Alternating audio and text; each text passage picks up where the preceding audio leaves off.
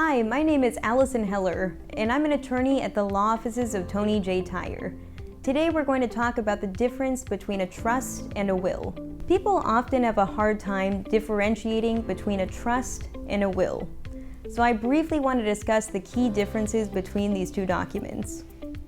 Now, one of the most notable differences between a trust and will is the primary purpose of a trust is to avoid probate court.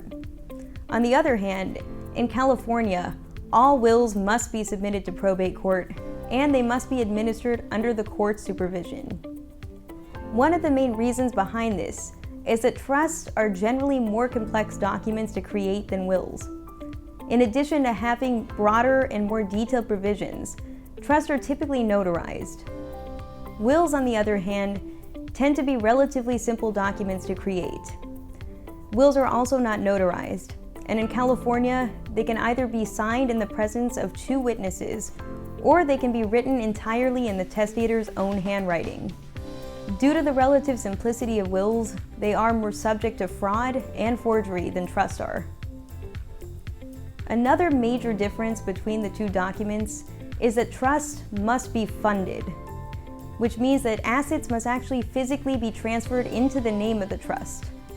A will, on the other hand, is not capable of holding assets. Because a trust holds property, it allows for broader control of assets over longer periods of time. This is extremely beneficial for people who wish to provide gifts for underage beneficiaries, disabled beneficiaries, or beneficiaries whose circumstances make it impractical for them to receive any sort of lump sum distribution. On the other hand, because wills cannot hold property, they are incapable of managing assets over long periods of time. As a result, they have much more limited applications. Accordingly, wills are typically only recommended for people who do not own real property and have very simple distribution schemes. This sums up the major differences between trusts and wills.